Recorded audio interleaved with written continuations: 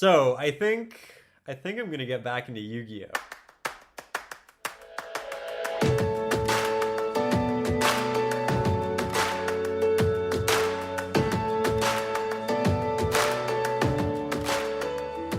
So it's now Thursday, and if you watched last week's episode, you're aware that we actually cracked 5 boxes, built Eldlich, and won our first online locos. And it was so much fun to finally play with the guys again, to chat, to have some semi-competitive games, and really just enjoy the time together like we used to do at locals. Eldlich is definitely now one of my favorite decks, and this week we are going to make some major changes to it before we enter into our next online locals. So let's jump right into that.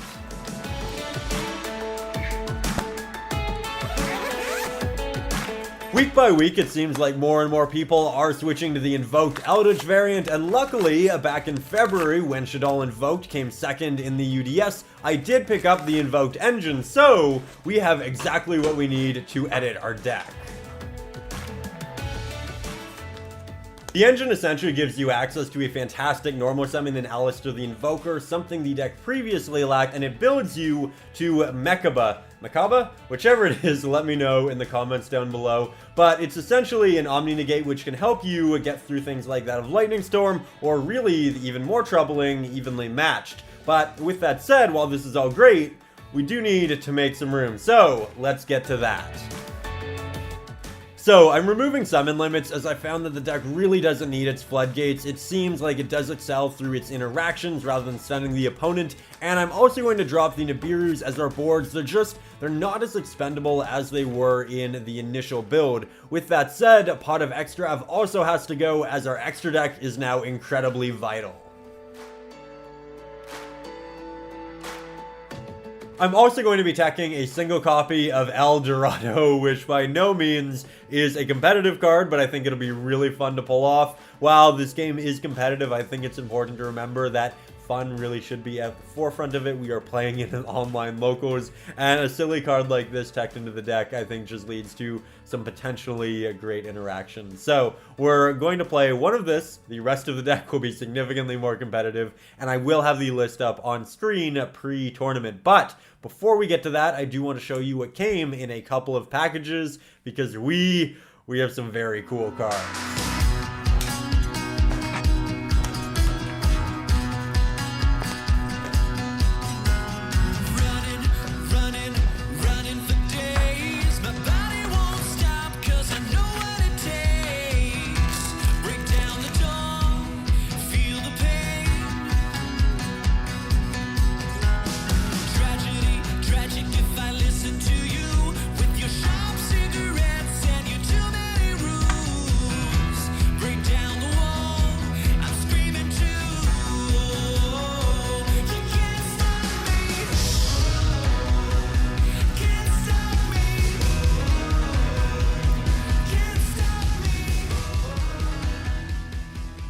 So, as you can see, we did pick up the entirety of the Mayakashi engine, and this is actually really neat in conjunction with the Eldritch archetype because it provides you with a great normal summon. It leads to a 3300 attack beater, and you can bring back all of the other synchros from grave using your elixir spells and traps, and then they pop cards on the field. So there's a lot of built-in synergy. It helps you apply pressure very early on, and I think it'll be a lot of fun to just test out in the future. But we're not doing that this week because we are focusing on the Invoked engine, and what came in the other package is these two beauties right here. Red Eye's Dark Dragoon was just announced for the TCG, and it's coming later this summer via the Megatin, so I decided to pick up some pretty neat garnets while pre-ordering 2 cases of the set, so we will have something to open on the channel.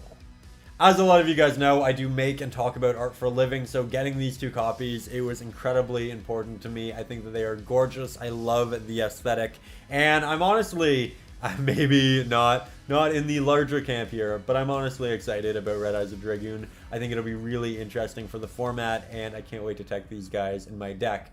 With that said, my partner is going to be home relatively soon, so I'm going to call it a day, and I will see you guys on tournament day.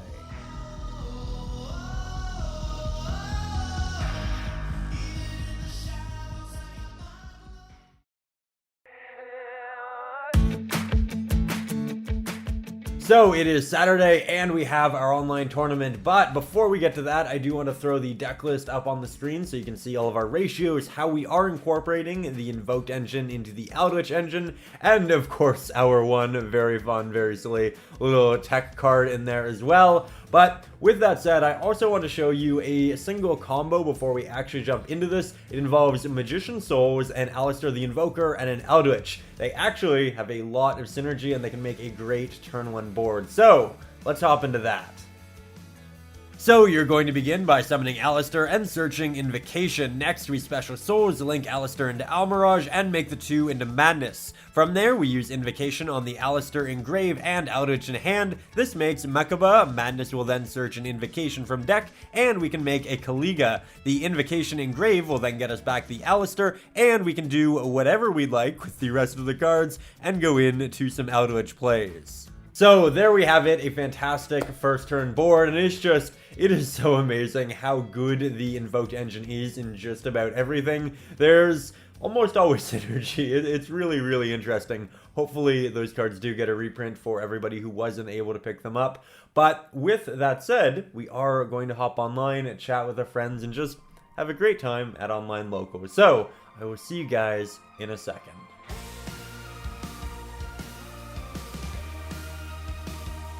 So we're actually going to jump right here into the top 4 because there's still a lot I want to cover later in this video. But with that said, as you can see, we are playing against Pendulum, and we were very lucky in that we were actually able to go first. I really didn't want to have to play through just a myriad of negates, and instead, we got to set up our own field of just so many negates. So what we're doing here is going through the combo I just showed you guys. We are going to set up our full invoked board. We're going to have our Eldlich and Interruption, access to another Eldlich, 2 hand traps, and then on his turn, he does try to set up his scales. We do play very aggressively, we pop that, and from there he actually can continue playing, but he does make a mistake in that he forgets that Kaliga is on the field. It's something that honestly happens to all of us when we do kind of go through these big combos, but because of that, it really does stunt his board, and he isn't able to kind of run through what he needs to. With that, on the following turn, we do make Nightmare Phoenix, and we are able to take the game thanks to the pressure the Invoked engine really did help us add. Game 2, Carter did go first, but he did brick pretty badly. I did ash his 1 searcher, and from there he was essentially forced to pass. On our turn, we weren't able to apply any additional pressure, but we did have Imperial Order, and that was essentially an instant win card, so we did take the match. So just as a little mid-tournament update, we did make it to the top 4 of our very small little online locals. We are still trying to build this up, but it's going really well. I'm having a lot of fun. I think the Invoked engine is quite strong. We just played Carter, and I do think we have a fairly good matchup against Pendulums if we can go first and kind of stop them from establishing their board. So really like that right there. We're now heading on to the top 2, where I think we're playing Brandon, and I believe he's playing an OTK, an FTK deck, something along those lines. I don't think he intends to let us play all that much in this match, but regardless, I'm really looking forward to it, and let's hop into it and have some fun. So, going into the top 2 here, we are playing against Brandon and Infernal Tempest OTK, which is definitely a meme deck, but one that is far too good at doing what it intends to do. With that said, we didn't open with the absolute best hand. We were still able to make an Invoked Fusion. We were able to build up a fairly good Eldritch board. He did try to Nibiru us, but we did negate that. It unfortunately did get the only monster we had out of our hand, but with that, on his turn, he activated a Pot of Extravagance, drew a couple other draw cards, and proceeded to scoop it up because he really just couldn't play.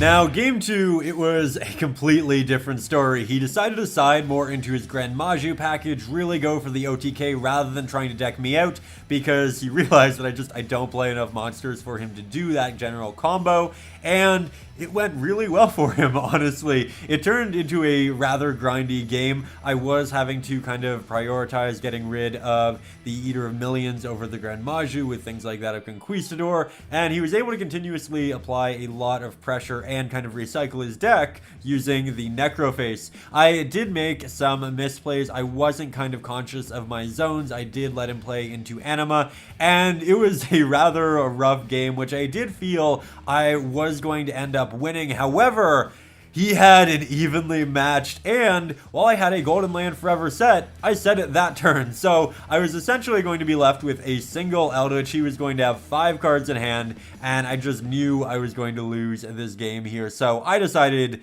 to scoop it up, and we'd move into the third game. The third game went significantly more in our favor after a rocky start. He did activate Dimensional Shifter, which really limited what we could do on our turn, but I did set up my Eldritch and a couple of traps. On his turn, he really couldn't do much, so he set a single back row, and then I did try to pop it with the Eldritch in hand. It, of course, was a Metaverse, which led to a Mystic Mine, but we did have the Conquistador to pop that mine. From there, I put another Eldritch on board, and we were able to swing in for 6,000. And if you remember from the first episode, we do have those trains which were able to finish it off. So there we have it, the conclusion to our second online locals, which again was admittedly fairly small, but we were able to take first place with Eldritch Invoked. And this variant is incredibly strong. It did exactly what we wanted to do. We were able to establish great first turn boards. We were able to apply pressure with it.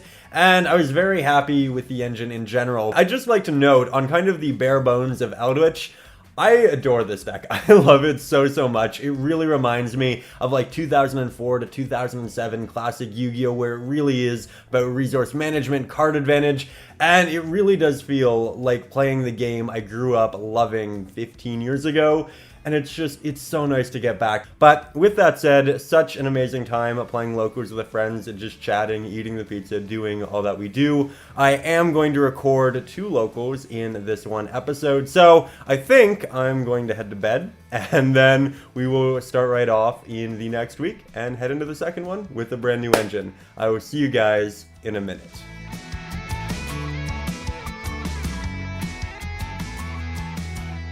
So we are back, and I am so excited to continue editing this deck. I really do feel like the Invoked variant did exactly what we wanted it to, and now we are going to continue editing the deck with just a myriad of other archetypes. So let's get right into it and have some fun.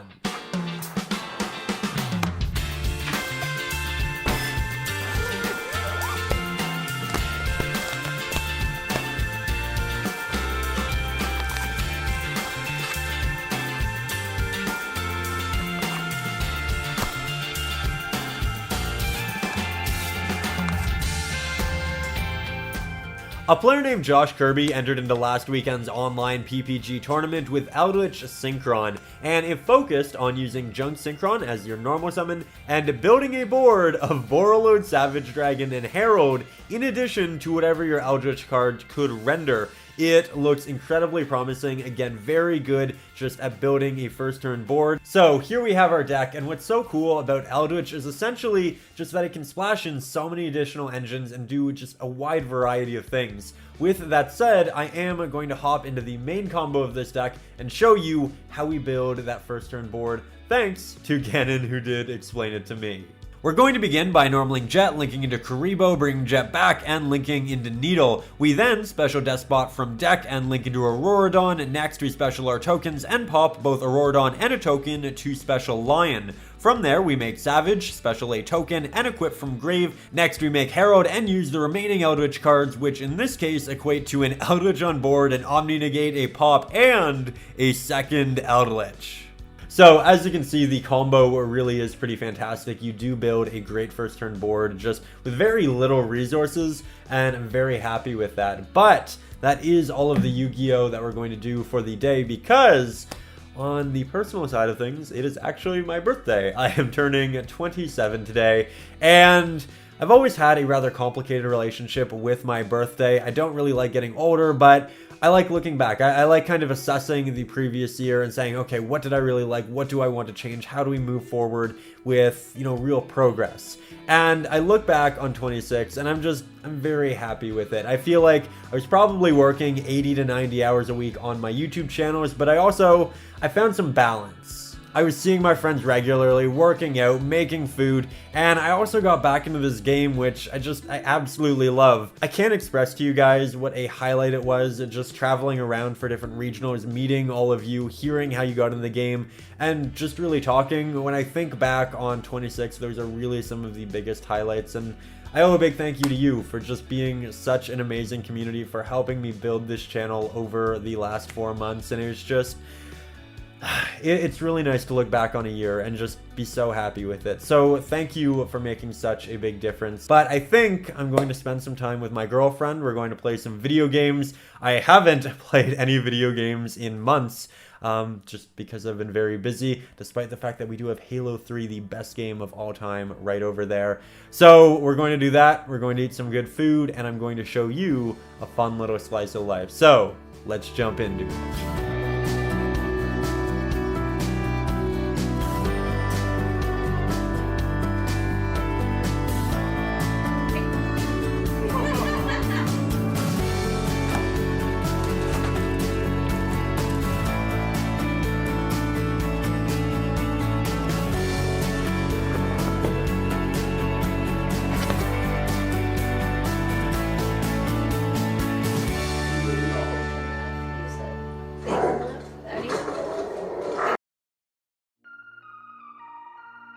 So once we were in Discord, we realized that we only had 6 people show up, and while that wasn't enough for a tournament, we were still going to have some fun and do some testing. Reminder, you don't actually have to win something to enjoy Yu-Gi-Oh!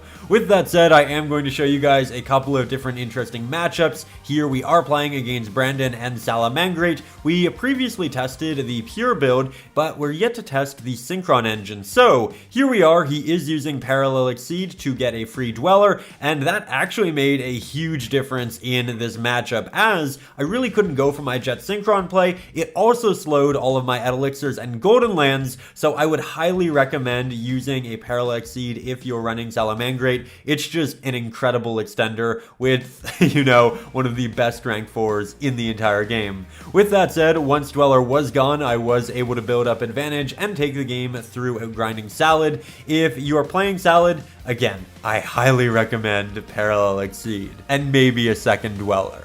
The next match was against Ganon and Burning Abyss. I went first and was essentially able to open full combo thanks to a single Jet Synchron. This card is insane, and it actually reminds me of something I wanted to mention previously in the episode. I think the thing I am most looking forward to post the world kind of opening back up again is really bringing this list or something very similar to a regionals. It is something I already feel really confident with, and the combos, they don't take forever. The turns, they don't take forever, so I don't have to feel guilty about actually playing the game. With that said, as you can see, Ganon is playing Burning Abyss, and I did decide to use Herald on his Phoenix, so if he did have any extenders, he couldn't continue link climbing. From there, he was forced to set a single monster, and we were able to play with a pretty big pre-established field of Savage and Eldlich. On our turn, we top decked the best spell in our entire deck, swung and negated with Savage. Being able to continuously negate in this matchup was incredibly useful, and it also allowed me to not rush into any larger plays. With that said, once I did feel comfortable, I sent the Cursed Eldlin to grave with Eldlich, allowing us to attack with everything, and we did swing for the win.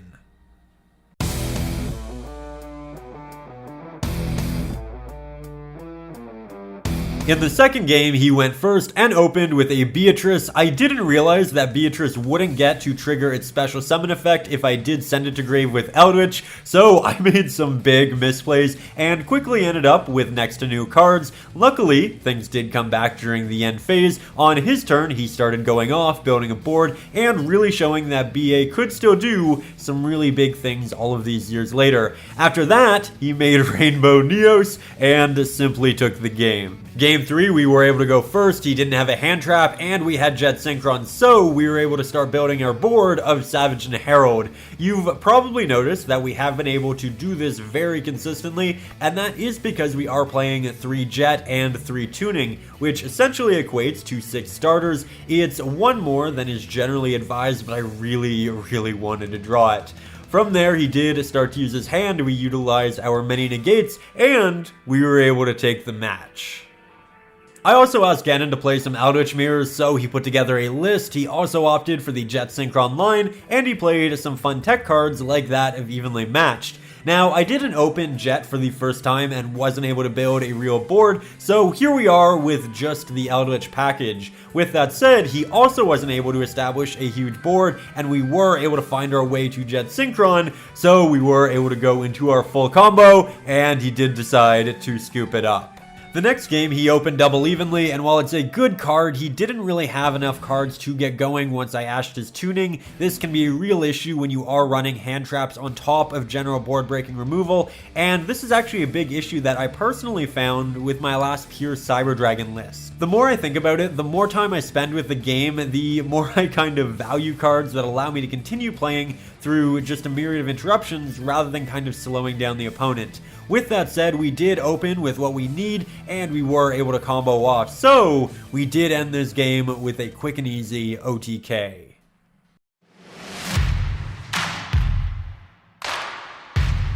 Now, there is one more match I really wanted to show you, and this is with a new deck Ganon has been tweaking over the last couple of months, that being Nyhmnims Megalith. And oh boy, if you have ever wanted a deck to just really big brain with, this is the one for you. You have a lot of different routes, you have a lot of different options, and it definitely forces you to think.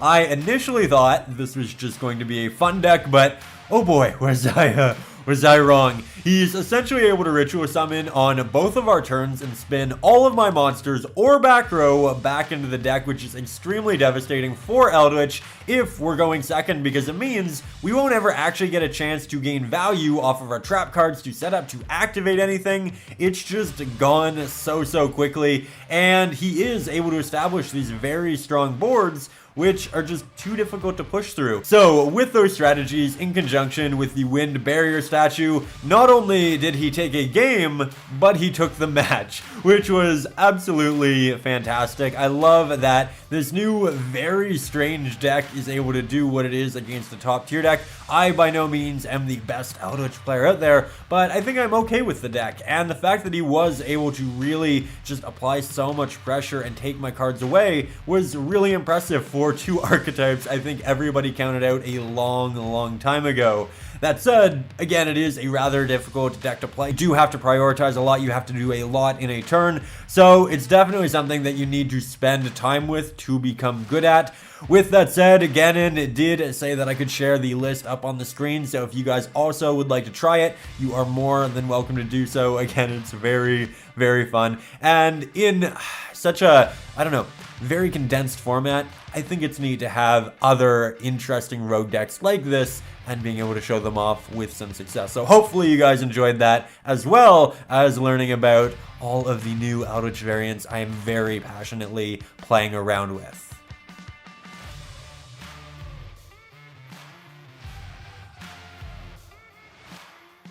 So in the end, we weren't able to have an official online tournament, but we were able to play with our friends, have some fun, and just again, really relive that locals experience. I also did feel very strongly that this is now my favorite build of Eldlich, and arguably the most competitive, definitely up there with Invoked. I do, however, plan on doing something different for next week. There are still 3 builds of Eldlich I want to try, one of which is my own original idea, which I'm just very excited to share with you guys. I haven't seen anything like it online yet.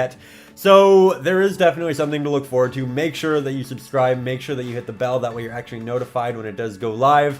And on the note of subscribing, I owe a massive thank you to all of you. I realized that we're about the 5-month mark in on the channel, and within that time, we have reached almost 25,000 subscribers. That is the next goal. We're getting very close to it. I am incredibly excited, and it's a wild that we were able to get to where we are as quickly as we did.